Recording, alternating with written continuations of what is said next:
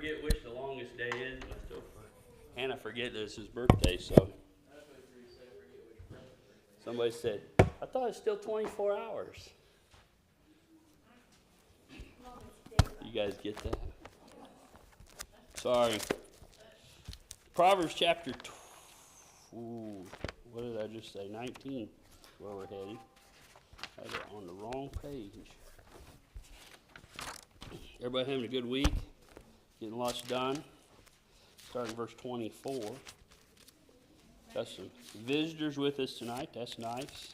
Appreciate you being here. Proverbs 19:24. A lazy man buries his hand in the bowl and will not so much as bring it to his mouth again. And so some of our themes that we've been talking about as far as our section we put under the difference between industry and laziness, maybe section 13 as we think about places to put this. And so when we think about a lazy individual, and this verse what it's saying is, and will not so much as bring it to his mouth again. This is describing someone so lazy that they're not even going to feed themselves. Have you ever known anybody like that? I hope not. Right? You know anybody like that? You don't have that trouble. You're not a lazy man, Ron. Good for you. And so you think about, and what we're talking about is the principle of work ethic. And so this proverb, talking about this person won't even work hard enough to take care of themselves, right?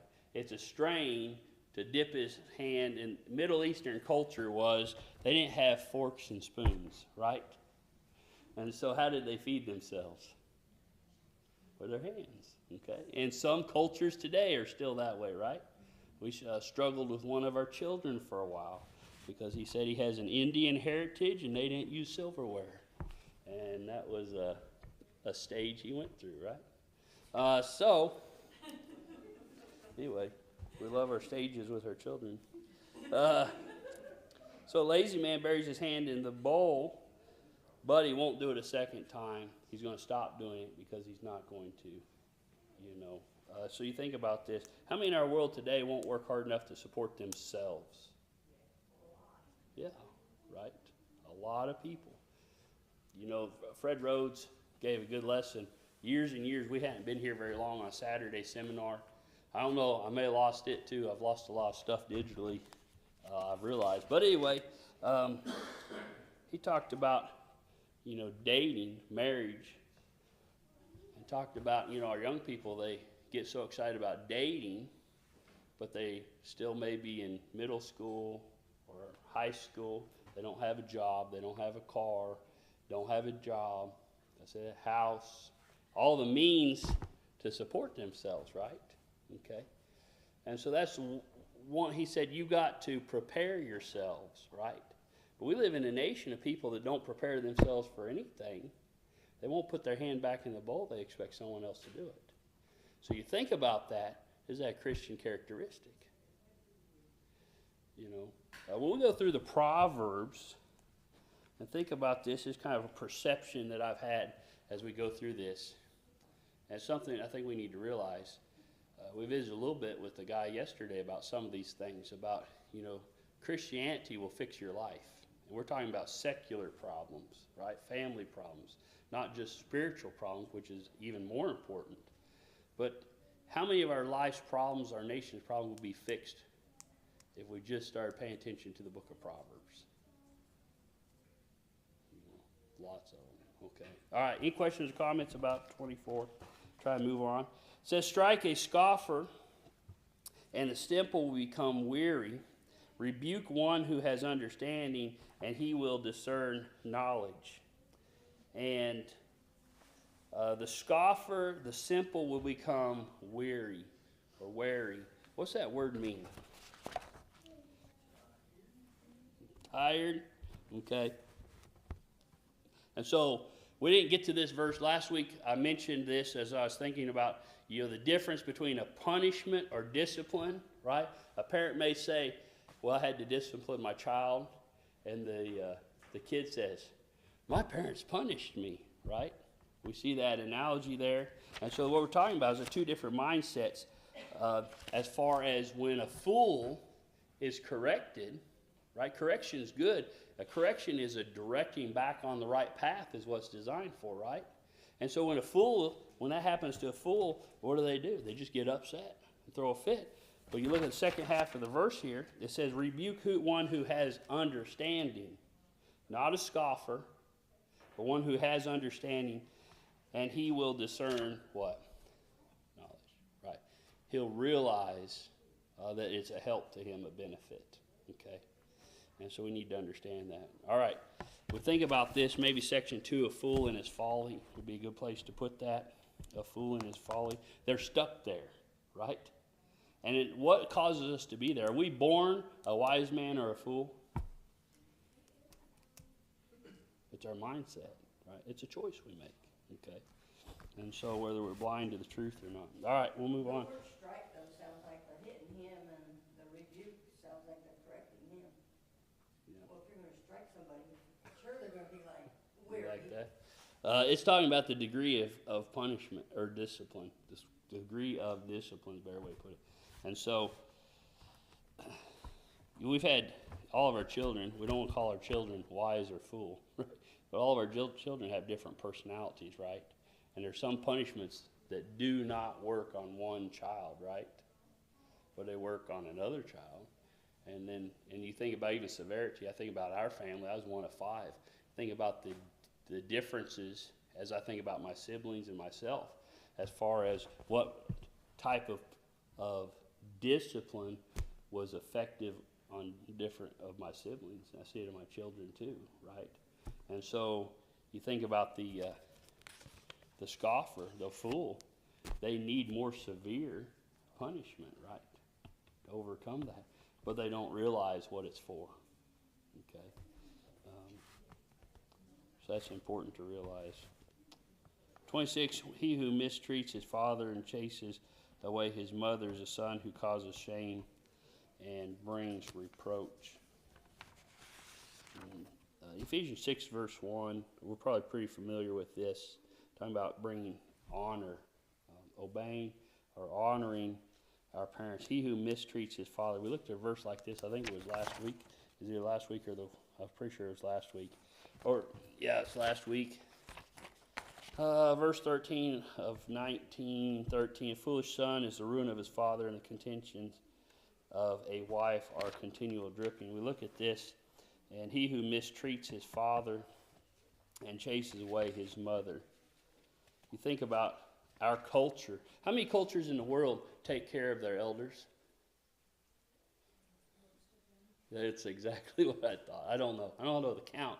But it's rare in that Americans, what do? Yeah, we put them away, right? Well, we're done messing with them. We'll send them away. They're a burden in our life. Well, listen, as children, were we a burden to them?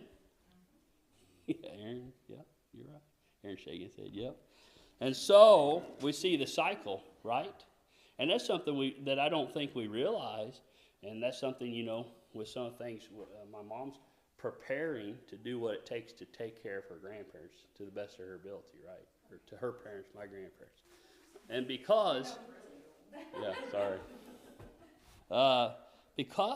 we have a responsibility to them. God designed it that way. Adam and Eve, we don't know how many children they had, but you think that their children put them in a home? Or you think they took care of them to the end? They were really old. What's that? They didn't have homes, right?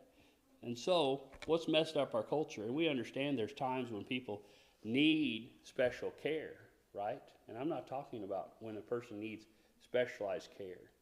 I'm talking about people that say, well, we're just going to rush them there, right? I realize that there may be a point where that's where I need to be at to be taken care of, right?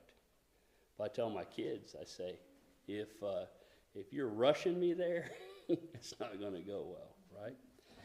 And so he who mistreats his father, does this just talk about that? But I guess the principle I'm thinking about is we don't respect our elders, right? As we get older, we get weaker. Our mind doesn't function like it once did. Our bodies don't function like it once did. All those things, right? That's a cycle of life. Solomon writes about that in the book of Ecclesiastes. But we need to learn to honor our elders and honor our parents, to treat them right. And so it says, as a son who causes shame and brings reproach. And this can not just apply to older part of life, but I think we see an indication of these attributes in our society today with what we do with our older people. We don't respect our parents, and we need to be careful about that.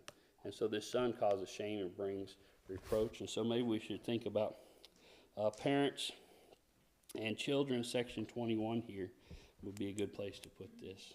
Any comments? Okay.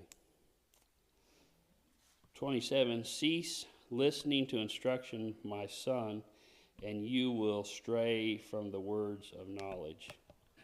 And so, in short, what Solomon's telling his son is never stop learning, never stop growing. Okay. I knew one person, and they like to say, they said, any day you learn something new is a good day. How many days do we learn something new? I feel like I learn stuff all the time. Sometimes I learn stuff I already knew, but I forgot. It's still a good day. And so we think about as it applies to wisdom, God's word, those sorts of things. Never stop. Okay, we're never too old to listen to instruction. All right, maybe wisdom, section 1 would be a good place to put this. 28 says I was going to struggle with this one. A disreputable witness scorns justice, and the mouth of the wicked devours iniquity. What we're talking about is the problem of justice versus injustice. And so, what does justice rely on? Truth, right? The word that I thought of was integrity. Justice demands or requires integrity of the individuals, right, in order for it to take place. Under the Old Testament law, then to be put to death, what had to happen? You had to have more than one what? Witness, right? That was one of the things with Jesus' trial.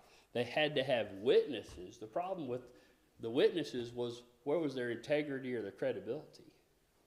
It wasn't there. Okay. And so when we think about our justice system in our nation, then you have to have people of integrity maintaining the system, being a part of that system for it to work, right? And how many people complain about injustice or the problems in our justice system? We realize there's problems. What would fix all the problems? If everybody is a part of it had integrity. Okay? And then so we think about that. And so I think maybe section 26, righteousness, is what we need to think about under our section. Verse 29 says, judgments are prepared for scoffers and beatings for the backs of fools. This kind of goes back up to what we looked at, maybe verse 25, a punishment. Judgments are prepared for scoffers. What are you going to face if you're a fool? An easy life or difficult life? Difficult. Yeah, right. I think all of us have visited with somebody at one time or another. We hear about their thing about the situation, Eric knows about. And so judgments are prepared for scoffers and beatings are for the back of fools. People that make poor decisions and expect good outcomes. You think about that. Say, well, I know it's not the best decision, but it's going to work out anyway, right? Is it going to work out? And so judgments are prepared for scoffers and beatings for the back of fools. Discipline, right? You're going to have a difficult life. And you think about this. Rules seem more severe and judgment seems more severe for people who live without constraint. You think about that. Think about self-control, constraint, that's what it is. And when you have self-control, and you do something you ought not to, and you know it, you probably knew it going into it, and you get in trouble for it, what do you realize? You ever been pulled over and you knew you were going too fast? Hope that's never happened to you, but anyway, it's happened to me before. And you say, well, I probably deserved that, right? Anyway, and so, but if you're a fool, you know. All right, any questions or comments? All right. What's that? Speed kills. Yeah. Proverbs 20, we'll get into this. And verse 1 is, this verse is one of probably the first verses in the book of Proverbs I remembered where it was and what it said, other than maybe train up a child in the way he should go. And so Proverbs 20 in verse 1 says, wine is a mocker, strong drink is brawling, and whoever is led astray by it is not wise. And so when you come to a study of the consumption of alcohol, that's a study that takes a lot of time and energy to invest in it to do it well. Okay, but this verse, when you look at it, just at face value, wine is a mocker, strong drink is brawling, and whoever is led astray by it is not wise. What's the difference between a fool and a wise man?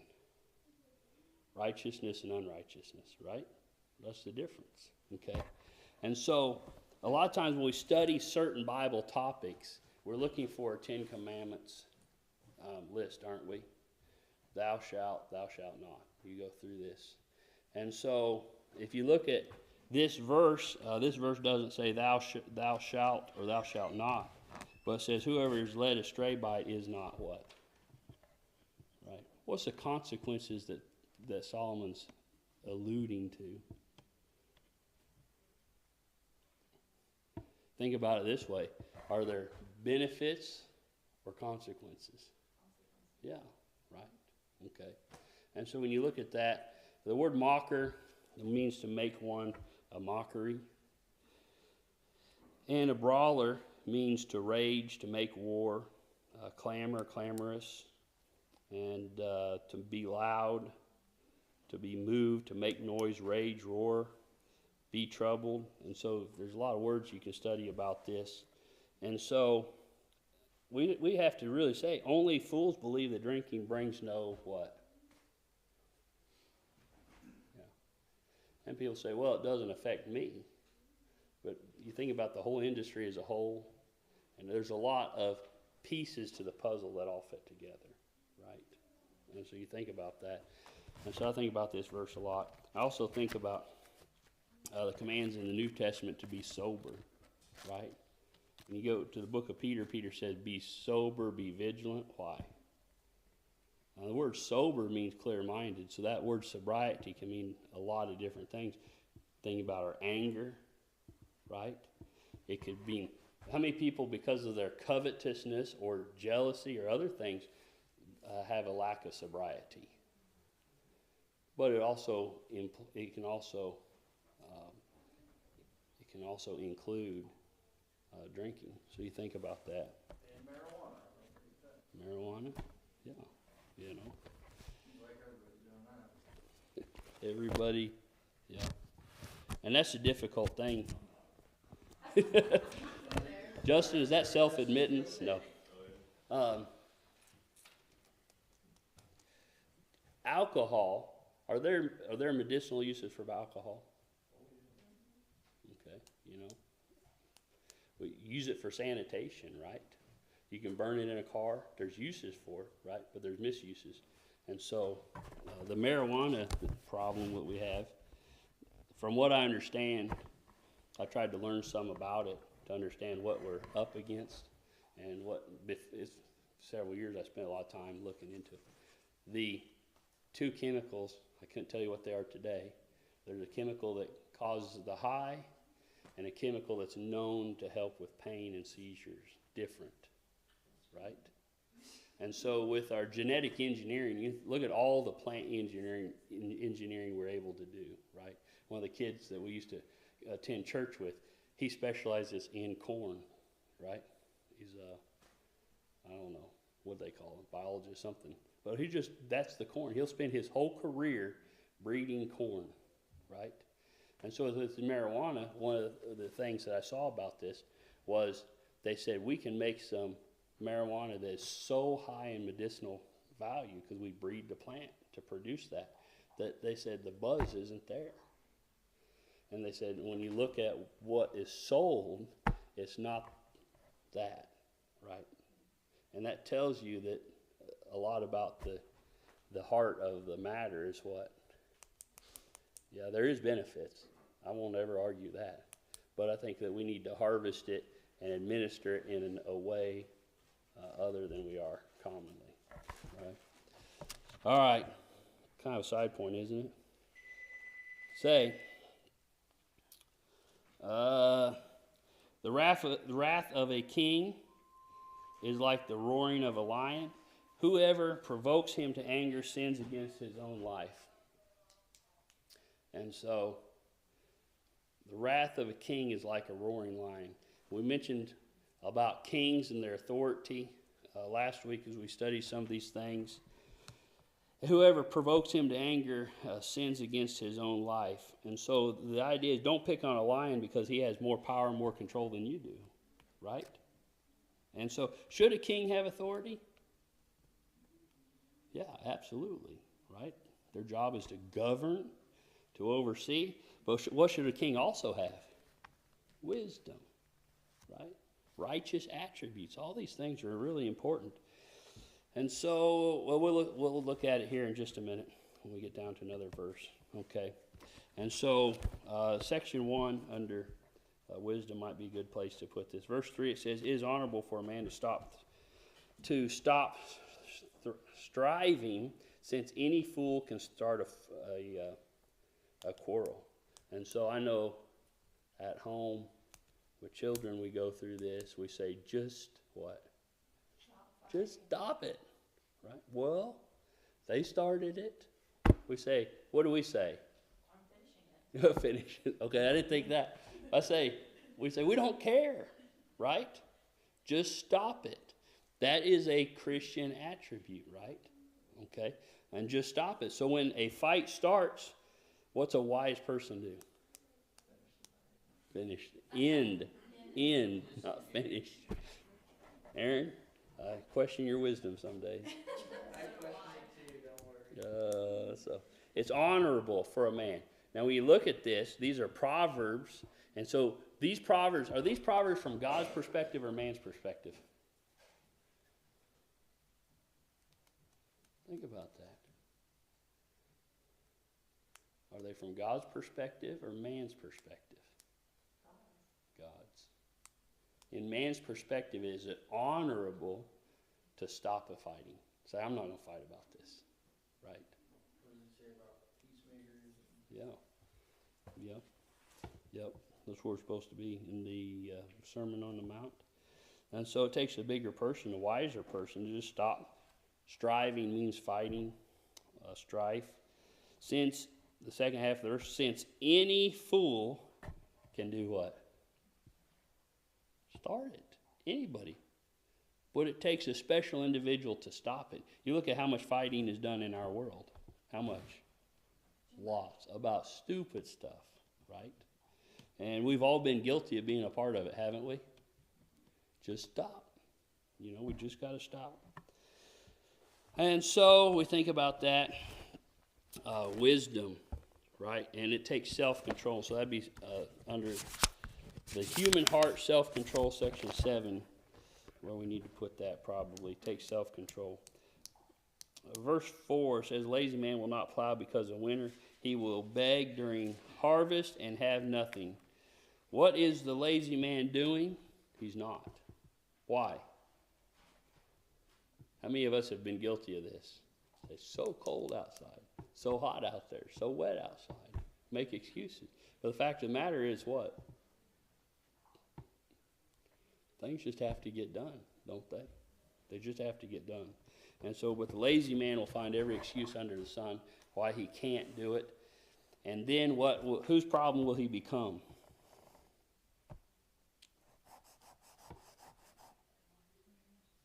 The wise man's problem, right? He's going to become our problem because he's going to be begging. He will beg during harvest because he has what? Because he has nothing, okay? And so there's a friend I have, and he always said, he said, you know that proverb? You know, it's in the book of Proverbs about teach a man to fish. And I said, that's not a proverb. I said, it's a principle, but it's not a proverb. And we know that, right? And so, but the lazy man, he'll make every excuse why he can't go catch his own fish, and he'll beg for your fish. So you think about that. So, again, maybe the human heart, section 7, self-control. Maybe industry and laziness in your sections to put this under. Things to think about. Verse 5 says, counsel in the heart of a man is like deep water, but a man of understanding will draw it out. And so, Lauren, would you mind reading this in the ESV for us, please? The purpose in a man's heart is like deep water, but a man of understanding will draw it out. Okay. So when you read it in the King James or New King James, it sounds like this is the same individual. The ESV brings it out as if we have two types of people, right? One is trying to find out what is in the heart of somebody else. Okay? As if they're a counselor trying to draw that out, right? And it takes a special type of person. A man of understanding or wisdom will what? Will get the information out of the other person, even though it's in deep. You think about Solomon, and we go back and I think about those two women that came to him, the first show of Solomon's wisdom. What did he draw out of those two people? The truth that was hidden deep within them, wasn't it? And so we see a principle there. Again, maybe section 1, wisdom, but also maybe judgment. Section 29 might be a good place to put that under. It says, most men, verse 6, most men will proclaim each his own goodness, but who can find a faithful man? Do we have to brag about our own goodness? The fool will, right? Most men are what type of men? Most men are fools, but who can find a faithful man? And so the Proverbs writer, as we get to the virtuous woman, you know, he asks the question, who can find a virtuous woman because her price is what?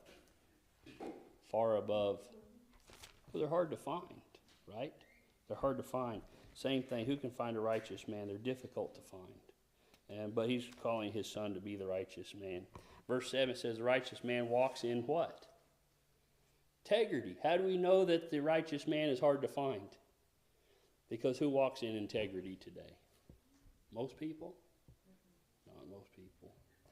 And his children are blessed after him, or blessed because of him.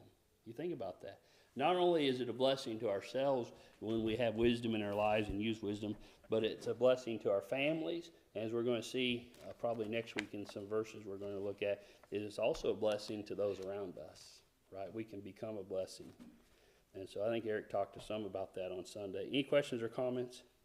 We'll end here. I think we're a minute too early. That's right. We'll go ahead and end here. All right. Have a good week.